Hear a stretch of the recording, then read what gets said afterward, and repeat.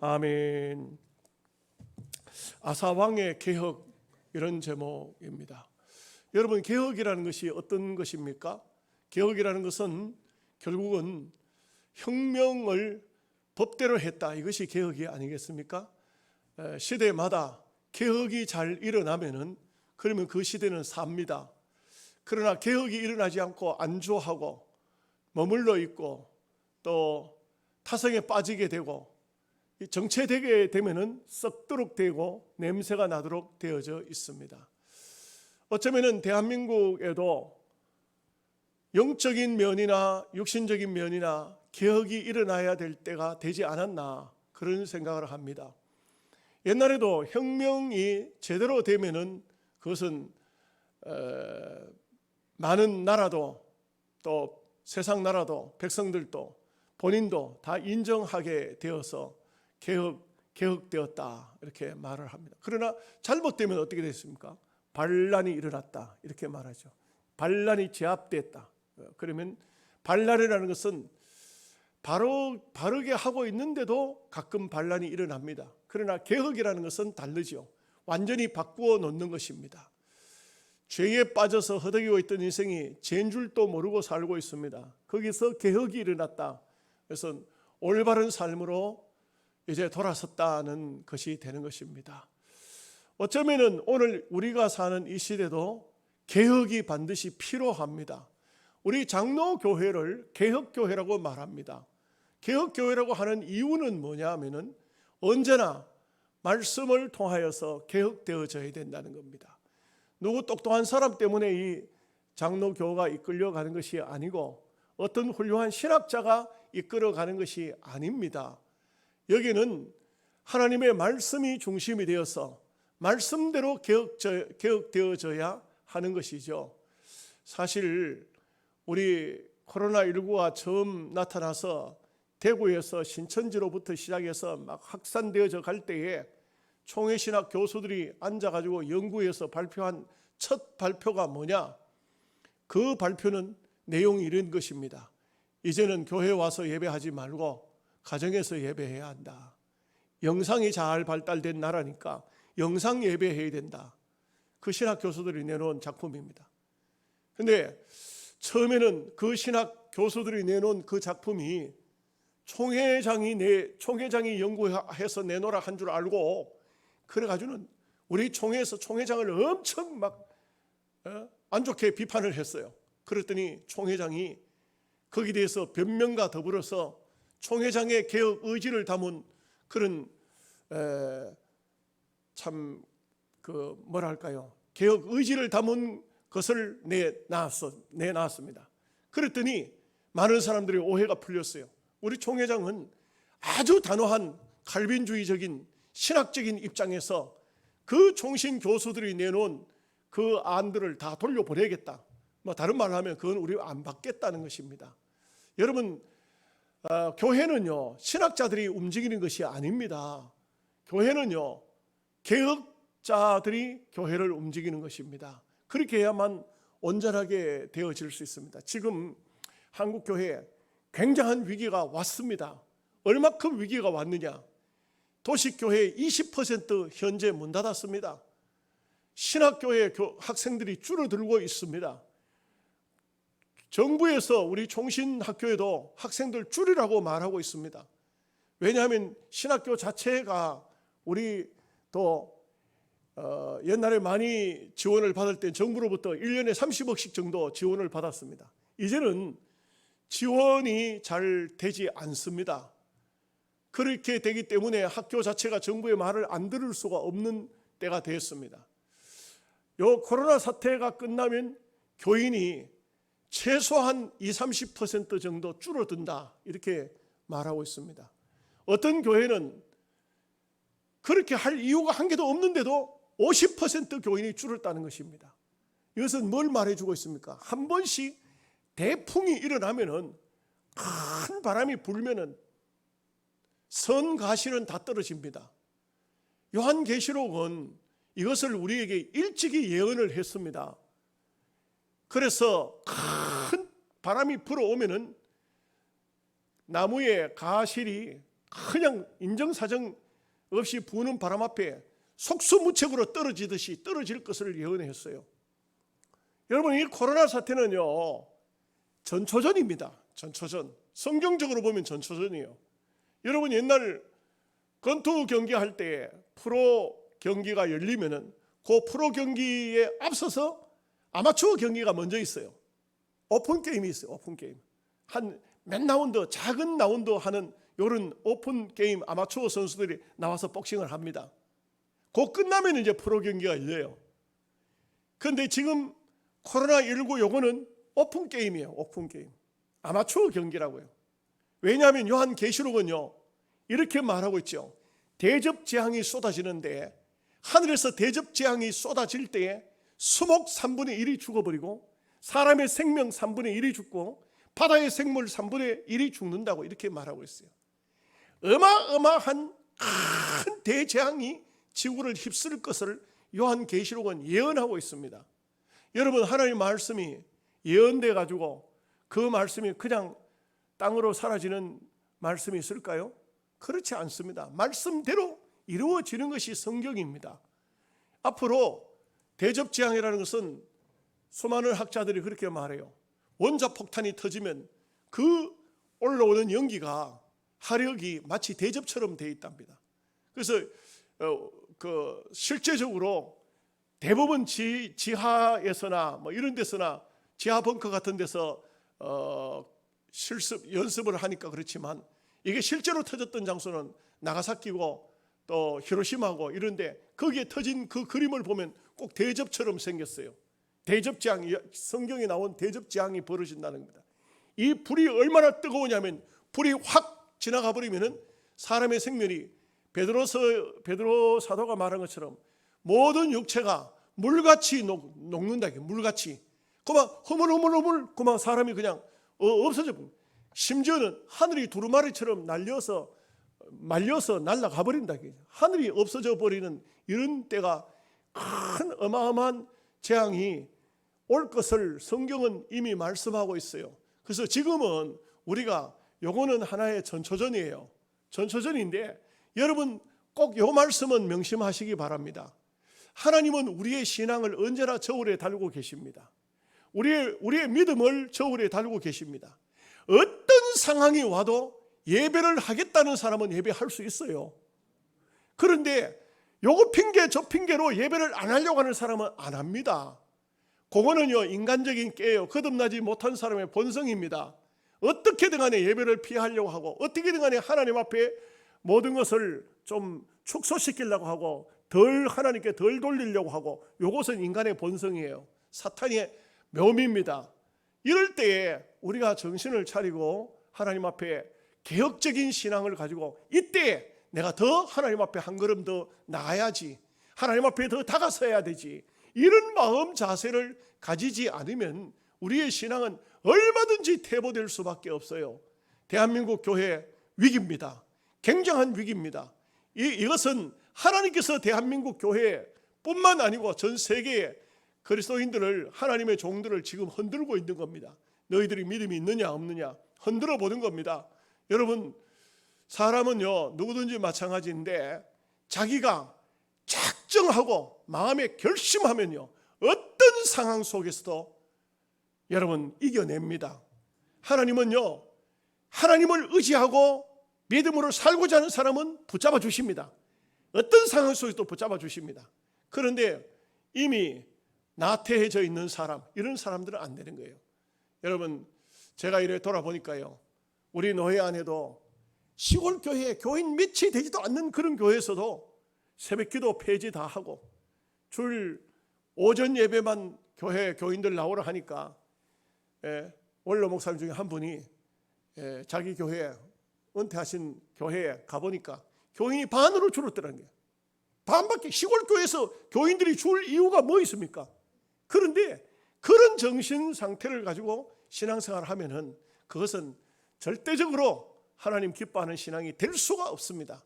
그래서 우리는 언제나 꼭 기억해야 됩니다. 개혁적인 신앙을 가지자. 언제든지 이 시대에 하나님이 무엇을 원하시는가, 이것을 한번 깨닫고 하나님 앞에 한 걸음 더 나가자. 이것이 개혁적인 신앙입니다. 아사 왕은 이런 면에서 우리에게 굉장히 좋은 교훈을 주는, 지금 대한민국 교회 안에도 개혁되어야 될 게 엄청 많습니다. 어마어마하게 많습니다. 전부 개혁되어야 돼요. 이거 바뀌지 않으면 안 돼요. 노회도 개혁되어야 되고 총회도 개혁되어야 되고 전부 개혁되어야 돼요. 여러분 얼마 전에 보셨지만 자기들 마음에 안 든다고 피켓 들고 와서 하나님의 교회 앞에서 데모하는 사람들, 이거요 사탄이 가장 좋아하는 거고 이단들이 하는 짓이에요. 그런데 교회도 그 짓을 그대로 하고 있다는 것입니다. 이것이 얼마나 하나님 보실 때 기가 막힌 겁니까? 사람은 완전할 수 없잖아요. 여러분, 저도 노회장을 하다 사표를 내고 지금 현재 그런 상태에 있지만, 저도 잘한다고 해보지만 실수 많아요. 쉽지 않습니다. 그럴 때마다 그러면 그 와서 데모를 하면은 그 누가 영광을 받는 겁니까? 사탄이 얼마나 좋아하겠어요. 영양 서북교회 앞에 사탄이 춤추고 있었던 것입니다. 그 사람들이 누구예요? 이단들입니까? 같은 교회를 섬기는 사람들이 뒤에는 장로들이 부추기고 있고, 그렇게 해가지고는 그것은 절대적으로 하나님이 영광을 받으실 수가 없습니다. 우리 총회도, 우리 노회도, 우리 교회들도 전부 개혁이 일어나야 돼요. 마음부터 개혁이 일어나야 돼요. 이럴 때부터 어려움이 다가오면 하나님 앞으로 한 걸음 더 나가자, 이렇게 해야 되지. 목사들부터 여러분 힘들고 어려운데 집에서 예배하시오, 이거는요 사탄이 춤을 추는 겁니다. 절대 그렇게 하면 안 돼요. 개혁적인 신앙, 개혁이 일어나야 돼요. 이 대한민국도 개혁이 일어나면 여러분 보십시오. 참 저는 깜짝깜짝 놀라요. 이러는 상태 속에서도 지금 현재 이 나라 정치가들이 정치 잘하고 있는 겁니까? 이런데도 대한민국을 하나님께서 붙잡고 계시는 게 눈에 보인다니까요. 눈에 보여요. 우리 마음에는 안 들죠. 정부 여당이 막 저 투표도 하니까 전부 다 막 국회의원도 다 차지하고 마음에 안 들죠. 그런데 하나님께서는 이 민족에게, 이 나라 대통령에게 얼마나 실을 주는 겁니까? 그럼 뭘 말하는 겁니까? 대한민국을 통해서 세계 민족을 앞으로 다스리라는 거예요. 그런데 여기서 교회들이 개혁이 일어나야 된다고요. 하나님의 교회가 바로 서게 되면은요, 대한민국은요 전 세계 민족의 제사장 국가가 된다고요. 이거는 틀림없는 사실이에요. 그래서 우리가 이 아사의 개혁을 통해서 우리도 개혁적인 마음, 개혁적인 신앙을 가져야 되겠다, 이런 생각을 합니다. 자, 1절 2절 말씀을 다 같이 보겠습니다. 하나님의 영이 오뎃의 아들 아사에게 임하심에 그가 나가서 아사를 맞아 이르되, 아사와 및 유다와 베냐민 무리들아, 내 말을 들으라. 너희가 여호와와 함께하면 여호와께서 너희와 함께 하실지라. 너희가 만일 그를 찾으면 그가 너희와 만나게 되시려니와 너희가 만일 그를 버리면 그도 너희를 버리시리라. 여러분, 개혁의 제1번, 하나님을 찾아라. 가장 개혁에 있어서 가장 중요 요점은 뭐냐? 하나님을 찾아라. 여러분, 이거 꼭 기억해야 돼요. 여러분들이 신앙의 삶을 살다가 너무 힘듭니다. 너무 어렵습니다. 주저앉아 울고 있지 말고, 그럴 때 하나님을 찾아야 돼요. 그 어려울 때 하나님을 찾자. 하나님을 찾으면 된다. 하나님을 찾으면 하나님은 너희를 절대 버리지 않고 만나 주시겠다. 이것이 개혁의 제1번입니다. 가장 중요한 게 뭐냐 하면은, 이 아사 시대에 제일 먼저 개혁이 일어나게 된 동기는 뭐냐? 하나님의 말씀을 듣는 겁니다. 말씀을 들으면 개혁적인 마음이 일어나요. 여러분들도 그렇잖아요. 마음속에 말씀을 들으면 어떻게 됩니까? 합동장로회라는 곳이 있어요. 거기서 6월 달부터 이제 제주도에서 전국 장로님들 수련회를 하려고 하다가 날짜가 밀려서 7월 달 됐는데, 제가 새벽기도 시간을 3시간을 다 맡았어요. 새벽기도 시간 맡다고 저녁 시간에는 뭐 소강성 목사하고 또 무슨 정강훈 목사도 1시간 하고 뭐 이렇게 한다고 새벽 시간을 다 맡아. 근데 그 회장되는 장로님이 계속 나한테 부담을 주기를, 목사님 새벽기도 시간에 막 여기 모인 장로님들이 전부 회개 운동이 일어나도록 목사님 막 눈물 콧물 바다가 되도록 목사님이 만들어야 됩니다. 내가 하나님도 아닌데 내가 어떻게 그걸 하란 말입니까? 야간 알겠습니다 했는데, 여러분 기도를 좀 많이 해주시기 바랍니다. 저도 굉장히 그 장로님 말할 때마다 얼마나 부담이 오는지 모르겠어요. 굉장히 부담스럽습니다. 분명한 사실은 대한민국 교회가 말씀을 통해서 개혁이 되어져야 돼요. 말씀을 들으면, 하나님 앞에 가까이 가면 개혁이 일어난다. 3절 4절 말씀 보겠습니다. 이스라엘은 참 신이 없고 가르치는 제사장도 없고 율법도 없은 지가 오래되었으나 그들이 그 환난 때에 이스라엘 하나님 여호와께로 돌아가서 찾음에 그가 그들과 만나게 되셨나니. 이거는 북쪽 이스라엘을 말하는 거예요. 북쪽 이스라엘. 북쪽 이스라엘은 엉뚱한 짓을 엄청 많이 했죠. 금송아지 섬기고 엉뚱한 짓 많이 했죠. 하나님 곁을 멀리 떠나 있었어요. 금송아지 섬겼으니까 오늘 우리로 말하면 교인이 타락해가지고 절간에 쫓아다니고 있었다 이 말이에요. 그런데도 어려움을 당하니까 하나님을 찾았어요. 우상이 해결 못 해주죠. 어려움 당하니까 하나님을 찾았더니 하나님이 만나 주셨더라. 우리는 이 성경에는 기록 안 되어 있으니까 잘 모르지만 이스라엘에 어떤 일이 있었는지는 그 상세하게 기록 안 했지만 그 시대 사람들은 다 알고 있었겠죠. 이스라엘 사람들이 참 어려웠는데 나라가 망하게 생겼는데, 그런데 희한하게도 어떻게 회복이 되네? 회복이 됐다 이거.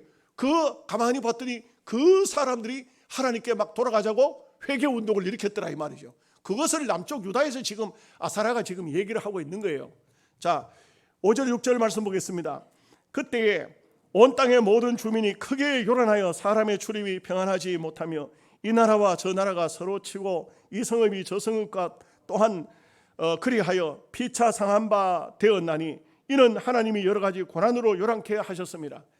여러분, 이 중요한 게 뭐냐면 요란하다는 거예요. 요란하다는 거예요.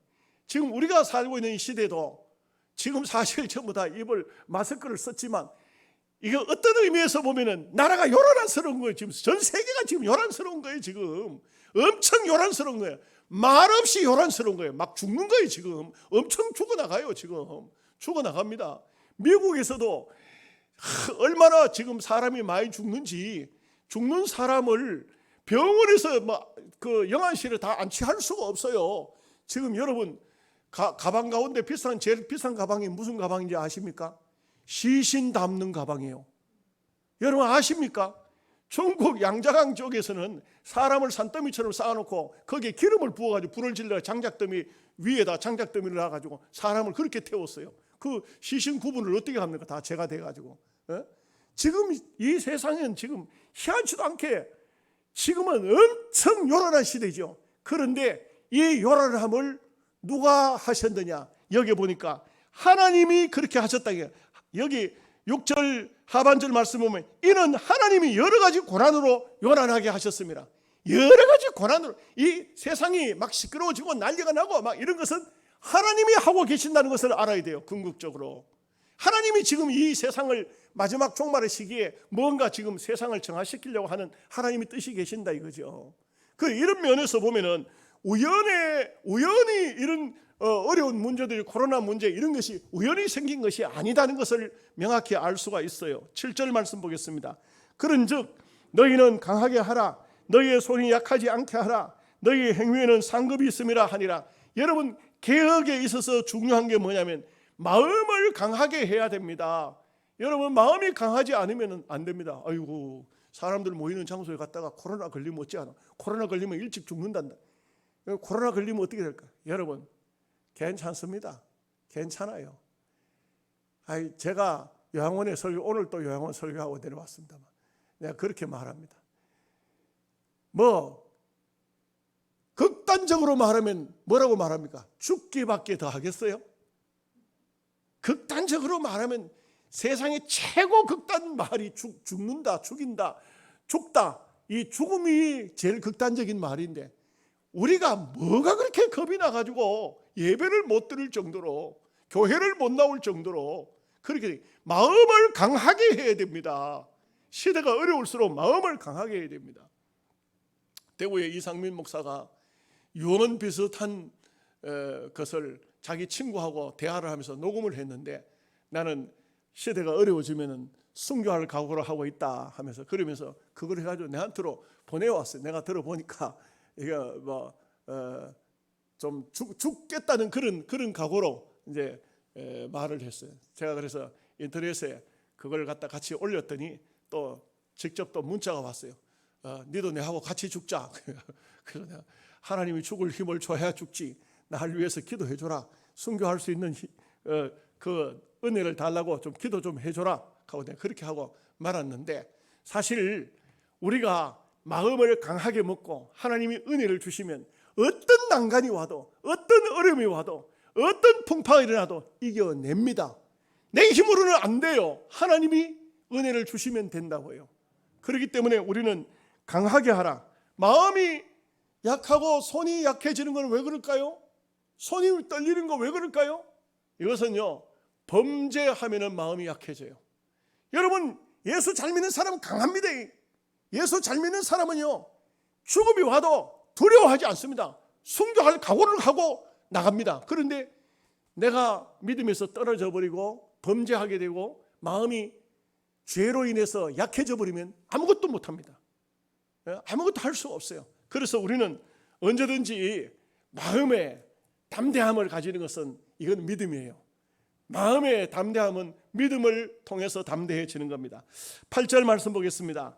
아사가 이 말 곧 선지자 오데스의 예언을 듣고 마음을 강하게 하여 가정한 물건들을 유다와 베냐민 온 땅에서 없애고 또 에브라임 산지에서 빼앗은 성읍들에도 없애고 또 여호와의 낭실 앞에 있는 여호와의 제단을 재건하고, 그러니까 없앨 거 없애고 재건할 거 재건하고. 여러분, 이것은 신앙인에게 있어서 참 중요합니다. 우리가 우리에게 신앙의 생활의 삶에 나를 자꾸 넘어뜨리게 하는, 내게 뭔가 좋지 않은 것, 이거 없애버려야 됩니다.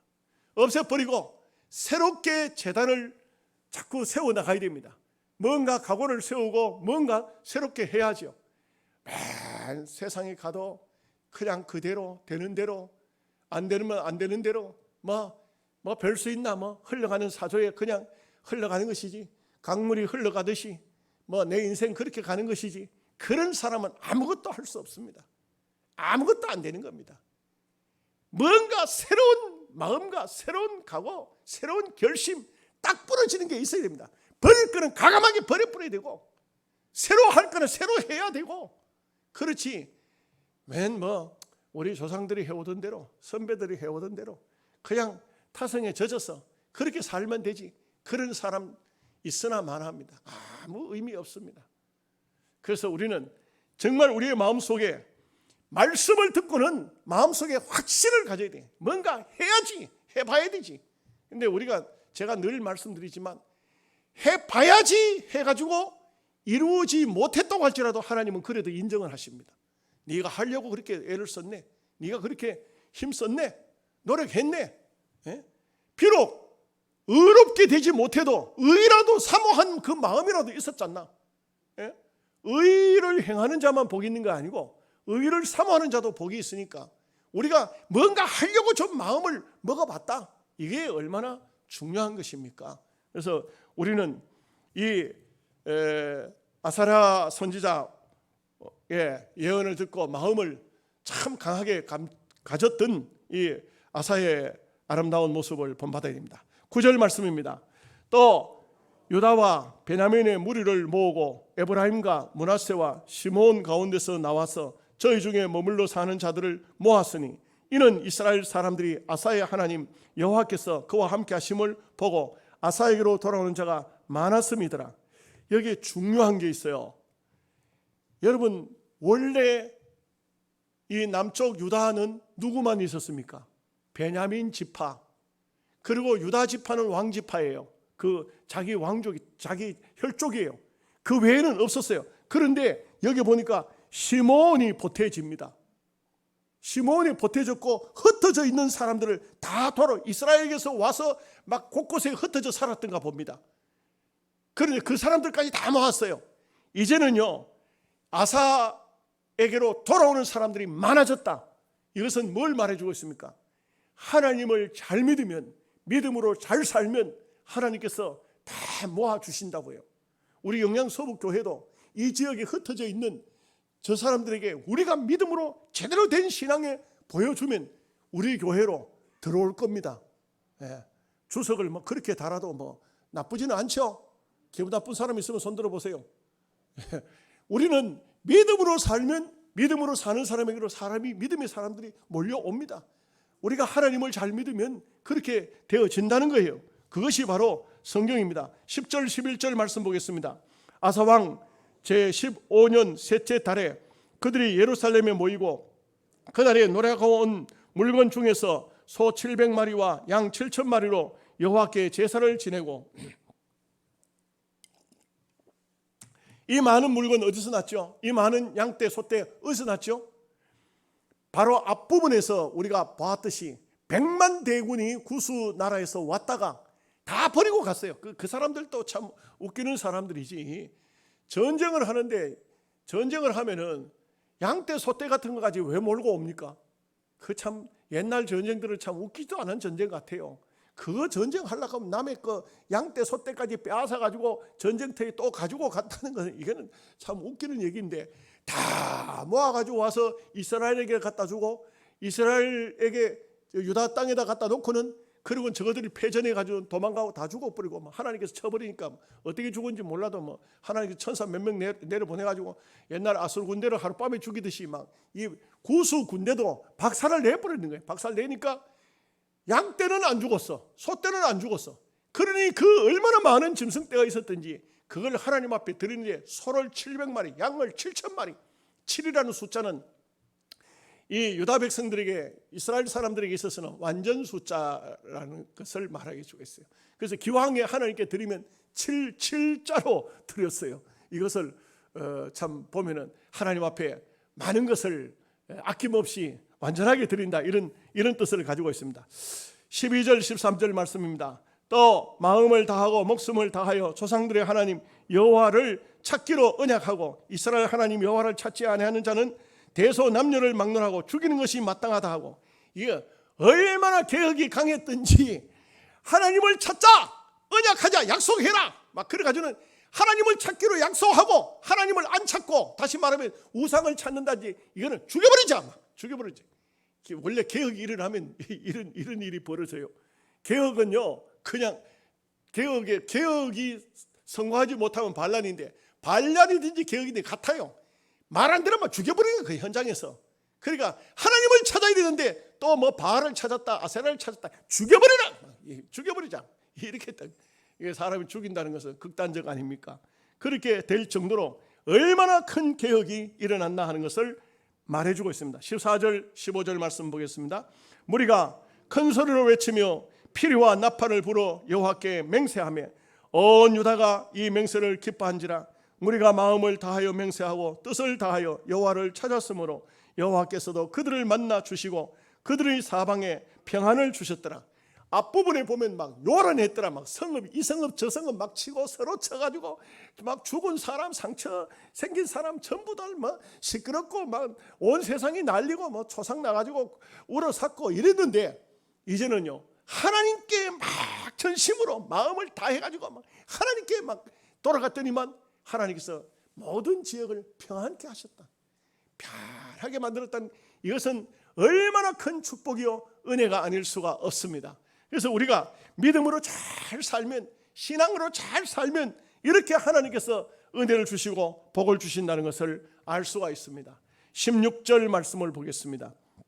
아사왕의 어머니 마아가가 아세라에 가정한 목상을 만들었으므로 아사가 그의 태후의 자리를 폐하고 그의 우상을 찢고 기드론 시냇가에 불살랐으니, 이게 참 자기 어머니 같으면, 여러분 모든 것을 개혁을 한다 해도 다 쉬운데 자기 친족들, 자식, 부부 사이에 어머니, 이거 참 어렵거든요. 정말 어렵습니다. 그러나 이 아사가 얼마나 마음이 강했으면, 대담했으면 자기 어머니 태후의 자리를 폐해버렸어요. 그리고 난 다음에 그가 만들었던, 그 어머니가 만들었던 아세라 목상을 찍어버렸다. 찍었던, 나무로 만들기 때문에, 아세라 목상은 나무로 만들어요. 나무로 만들기 때문에 도끼로 찍어버렸다. 막 찍어가지고, 그래가지고는 그것을 백성들이 보도록 하기 위해서 우상을 빻아버리고 찍고 빻아서 기드론 시냇가에서 불을 살라버렸다. 그 왕이 뭘 불살르고 있으면 저거 뭔가 백성들이 전부 뭔가 이상할 거 아니에요. 그 우상을 완전히 선멸시키는 그런 의미로 이렇게 했다는 것을 알 수가 있습니다. 17절 말씀을 보겠습니다. 산당은 이스라엘 중에서 제하지 아니하였으나 아사의 마음이 일평생 온전하였더라. 그 산당이라는 것은 거기는 실제로 우상을 갖다 놓으면 우상의 제단이 되고, 또 그곳에서 예배를 드리면, 제사를 드리면 하나님의 제단이 되는 곳인데, 이게 묘한 장소입니다. 묘한 장소인데 보면은 유다 백성들이 이런 산당을 굉장히 좋아했다는 것을 알 수가 있어요. 우리로 말하면 뭐 기도원 같은 그런 장소로 이렇게 할 수가 있어요. 여러분, 기도원도 예수 믿는 성도들이 들어가서 기도하면은 하나님께 기도하는 것이고, 저 어떤 다른 데는 이상한 이름을 적어가지고 100일 기도 이렇게 하는 거예요. 그럼 기도는 기도인데 그쪽 기도는 어떤 기도입니까? 다른 쪽이죠. 사실상 참 묘한 것인데, 그런데 아사가 참 개혁을 하면서도 이 산당은 아마 어떻게 생각하면은 좀 믿음이 좀 마음에 컬컬한 사람은 와서 하나님을 찾도록 하기 위해서 남겨놨던 것 같아요. 그러나 이것도 또한 사실상은 없애버렸어야 됩니다. 왜냐하면 유다에는 예루살렘 성전이 있었기 때문에 필요가 없어요. 필요가 없어요. 잘 사용하겠다 하지만 인간들은 조금만 마음이 잘못되면 그곳으로 가서 또 우상을 섬기도록 되어 있으니까 이것이 좀 잘못된 겁니다. 사실 우리가 온전하게만 예배를 드릴 수 있다면 기도는 필요 없습니다. 기도는 필요 없습니다. 기도는 없어도 됩니다. 그런데 현대 교회가 정말 교인들이 기도할 처소, 정말 힘들 때 금식하고 기도하고 막 이렇게 마음껏 부르짖고 해야 되는데, 그럴 만한 처소가 없을 때는 기도원이 필요하죠. 요즘 뭐 시골 교회, 어려운 교회들이나 개척 교회 이런 데는 그런 장소가 잘 없지 않습니까? 없는데, 그런데 이제 요즘에 큰 교회들은 시설을 너무너무 잘 지어요. 그리고 금요 기도회 같은 것을 교회에서 하는데, 그 이웃 교회에 있는데 이런 데서는 다 그곳으로 모여들죠. 개척 교회 하는 사람들이 제 후배 목사 중에 하나도 골목 안에 교회가 10개 있다 그래요. 10개 있는데 자기 교회만 새벽 기도를 한다 그래요. 그러니까 그 개척 교회 하는 목사들이 새벽 기도회를 안 해요. 안 하는 것은, 이것은 깊이 따지면 교회가 아니고 하나의 직장이 되어버렸어요. 그곳에서 나오는 교인들의 헌금이 하나의 수입원이 되어버렸어요. 이래가지고는 올바른 모습이 될 수가 없어요. 올바른 모습이 될 수가 없고, 그리고 요즘에는 금요 기도에도 교인들이 숫자가 자꾸 줄어들어요. 줄어들어가지고 그렇게 하다 보니까 쉽지가 않고, 저도 옛날 시골교회 있을 때 장로님이 이런 말씀을 해요. 그때 전도사 때인데, 전사님 우리 교회도 금요일 기도회를 합시다. 그래서 장로님이 그렇게 말씀하시니까 예 알겠습니다, 뭐 하자 하니까 하시죠. 그래서 금요일 날마다 교인들 모이도록 했어요. 교인들이 별로 오지도 않아요. 별로 오지도 않고 농사 짓는 분들이 뭐 피곤하고 하니까 쉽지가 않은 것 같더라고요. 그 금요 기도회에 나온다고 해서 신앙생활을 더 잘할까, 그런 생각을 했어요. 그런 생각을 했는데, 장로님은 본인이 말씀하셨으니까 나와야 되죠. 그래 나와서 교회 나와서 기도를 하는데, 어느 날부터 갑자기 그 장로님의 얼굴이 영 표정이 안 좋은 거예요. 내가 얼마나 불편한지 모르겠어요. 그 장로님한테 직접 물어보지는 못하고 부인 권사님한테 물어봤어요. 장로님 얼굴이 왜 표정이 그렇게 안 좋으냐고. 그랬더니 그 권사님은 뭐라고 말씀하냐면, 전도사님 이 바쁜 농사철에 기도회를 한다고 하니까 장로가 돼가지고 안 나올 수도 없고, 장로님이 기도회 갔다 오면 막 성질 나가지고 화가 나가지고 그런다 하는 거예요. 그래서 내가 하도 어이가 없어가지고, 권사님 저는요 절대 교인들에게 무리한 요구 안 합니다. 금요 기도회 그런 거 절대 피곤한 교인들을 데리고 나는 예배해가지고 그 은혜가 안 되는 거 뭐하러 그렇게 합니까? 나는 하고 싶은 생각 전혀 없습니다. 장로님이 금요 기도회를 하자고 말씀해가지고 금요 기도회를 시작했던 겁니다. 그랬더니 그 권사님이 그래요, 우리 장로님이 그렇게 했어요. 또 왜 그러냐, 그 장로님 원래 기도하는 분이 아니거든요. 근데 왜 기도회를 하자고 했는지 그래놓고 본인이 잊어버리니까 엉뚱한 문제가 생겼어요. 그래서 제가요, 그 장로님 미안하지 않도록 바로 그 다음 주일날 금요 기도회는 이번 주부터 방학 들어갑니다. 언제 개학할런지는 알 수가 없습니다. 바로 선언했어요. 그래가지고는 또 그 권사님이 장로님한테 가서 얘기를 했는지 장로님도 그때부터 또 얼굴 또 표정이 풀렸더라고요. 예. 여러분, 우리가 신앙생활을요, 신앙생활을 독특하게만 해야만 신앙생활이 되는 것이 아니에요. 우리는 정말 내 믿음의 내 신앙은 어쩌면은 주일날 오후 수요일날 이것만 해도 우리가 신앙 정말 제대로 말씀 듣고 깨닫고 실천하고 살면 충분하고, 그리고 습관적일지라도 새벽기도는 해야 돼요. 새벽기도 안 하는 교인은 저는 볼 때 그 신앙이 온전한 신앙이라고 할 수가 없어요. 목사라도 새벽기도 안 하는 그런 개척교회를 하는 목사들 새벽기도를 안 한다 하는데 그거는 말도 안 되는 얘기예요. 어떤 우리 동기 목사님 중에 또 동기 목사님이 큰 교회를 담임하고 계시는 목사님이 계셨는데, 부교육자가 많잖아요. 많으니까, 그 큰 교회니까 동기 목사님 중에 아들이 목사가 됐는데 당신 교회에다가 내 아들 좀 훈련 좀 시켜주시오 하고 교회에 자기 아들 목사를 추천을 해서 친구니까 받아줬어요.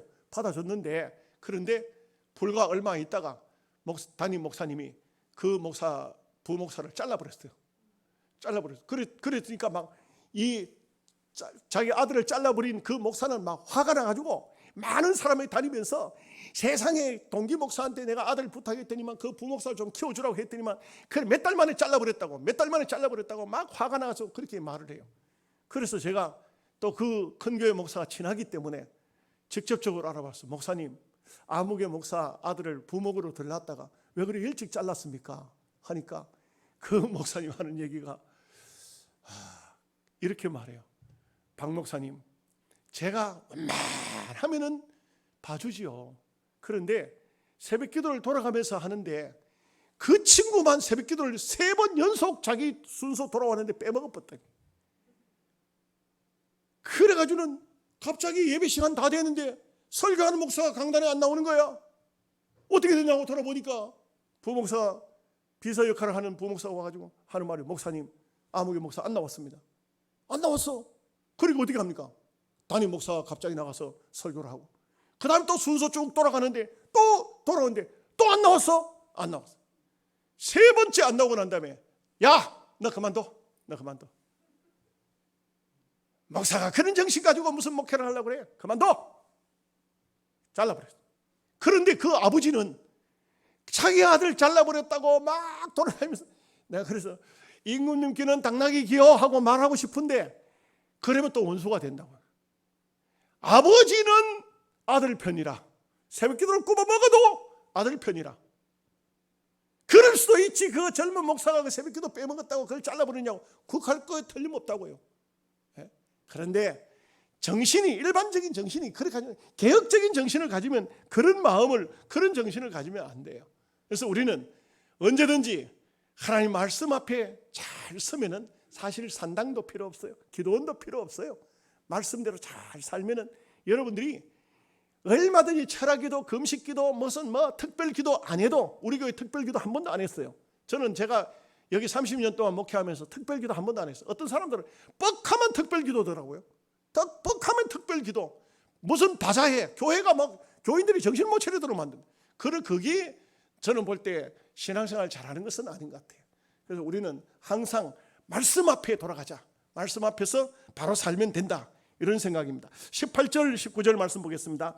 그가 또 그의 아버지가 구별한 물건과 자기가 구별한 물건 곧 은과 금과 그릇들을 하나님의 전에 드렸더니 이때부터 아사왕 제35년까지 다시는 전쟁이 없으니라. 전쟁이 없다는 것은 평화의 시대가 왔다. 그런데 아버지가 구별하고 자기가 구별했다. 이건 뭘 말합니까? 전쟁터에서 전쟁을 했을 때에 좋은 금은 보화 물건들이 들어오면, 이건 좋은 것이구나, 이거는 진짜 귀한 것이네, 이거는 하나님께 드리자 하고 따로따로 구별을 해놨다. 따로 구별. 여러분, 가정도 무슨 맛있는 음식이 들어와도, 좋은 음식이 있으면 아이들이 엄마 먹자 가만있어 이거는 할머니 거야. 미리 딱 따로 해놓고 이거는 할아버지 거야. 그 구분이 되죠. 우리가 어떤 소득이 생겼다 그러면 하나님 것을 구별할 줄 알아야 돼. 그리고 또 뿐만 아니고 월급을 받아와도 요즘에는 현금을 받아오는 경우는 잘 없잖아요. 근데 어떤 돈이 생겼다 하나님의 것을 먼저 구별해 놓는 거예요. 그 은혜의 삶을 사는 사람은 구별할 줄 알아야 돼요. 구별을 잘 할 수 있어야 돼요. 그게 바로 은혜의 삶을 사는 사람이에요. 이 아사의 개혁은 어쩌면 우리에게 주는 교훈이 참 많아요. 아름다운 모습입니다. 대한민국 교회도 성도들도 대한민국 나라도 전 세계 개혁 교회들도 전부 개혁돼야 돼요. 개혁돼 가지고 개혁이라는 것은 날마다 개혁해야 되지 언제 한 번씩 일어나는 개혁이 아니에요. 사실은 날마다 내 자신을 말씀 앞에 비추어서 잘못된 것은 바꾸고 또 바꾸고 이렇게 해서 개혁되어질 때 아름다운 신앙인이 되어질 수 있고 하나님 앞에 큰 영광을 돌리는 귀한 은혜와 축복이 있을 줄로 믿습니다. 기도하겠습니다.